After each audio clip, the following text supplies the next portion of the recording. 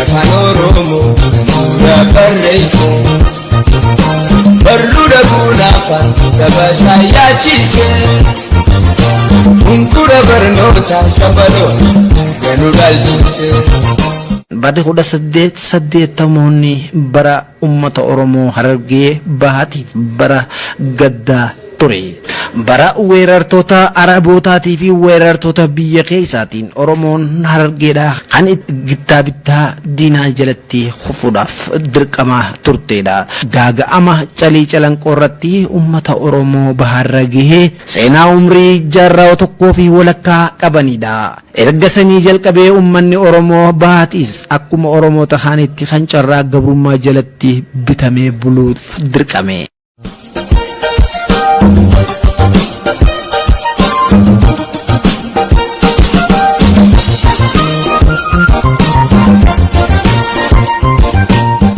Ummanni Oromoo Bahaatis yeroo san sirna bittaa nama nyaataa nafxanyaatiin erga caphee jalqabee bifa gabrummaa garaa jalatti kan mataa qaqqabate. Gabrummaa kana jalaa bahuudhaaf namoonni dhuunfaa fi gamtaanis kan carraaqii gama isaanii taasisaa turanidha. Goototaa fi hayyootaan carraaqii gama isaanii taasisaa turan keessa hangaftichi hayyoota Sheekh Bakrii Saphaloo Abubakar Usmaan Odaatis isa tokkodha. Abubakar Usmaan Odaa bara 1895 akkuma lolli calanqoo kuteen kan dhalate yommuu ta'u achirraa erga guddatee barnoota amantaa Islaamaa seenuudhaan barachuudhaan sadarkaalee garaagaraa keessa taruudhaan barnoota isaa iddoolee garaagaraatti barachuudhaan rakkoo sirni nama nyaataan uummata keenya irraan gayaa ture bifa barruutii fi bifa walalootii fi bifa barreeffamoota garaagaraatiin barreessee hawaasa biraan gayaa ture. Kan ittiin hawaasa Oromootis dammeessaa ture. Afaan Oromoo bu'uura barreesse barruu dhabuun afaan saba isaa yaachise bunkura barnoota sabaloon ganuu dhaalchise.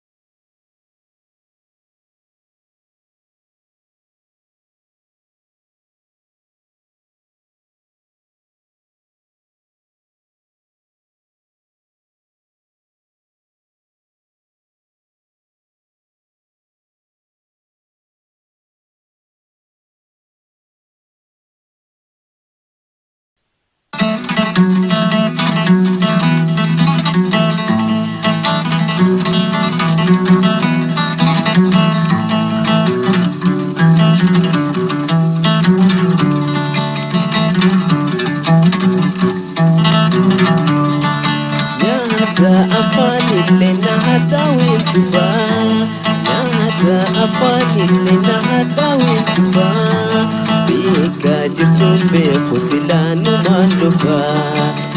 iddoo jirtuun beeku silaanumaan dhufaa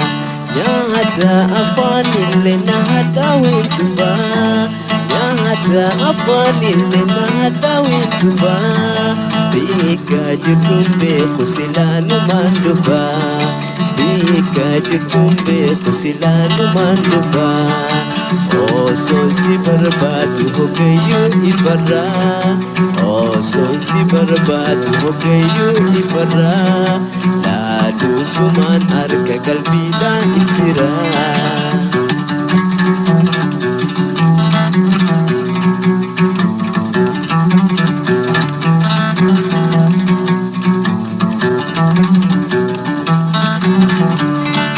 Ijati ko bananta kana miladu Ijati ko bananta kana miladu Harka jalalati menaka kabadu Harka jalalati takana kabadu Ijati ko bananta kana miladu Ijati ko bananta kana miladu Harka jalalati menaka kabadu Harka jalalati menaka kabadu Osoon si barbaadu hogayyuu ifarraa Osoon si barbaadu hogayyuu ifarraa laaluu sumaan harka qalbiidhaan if biraa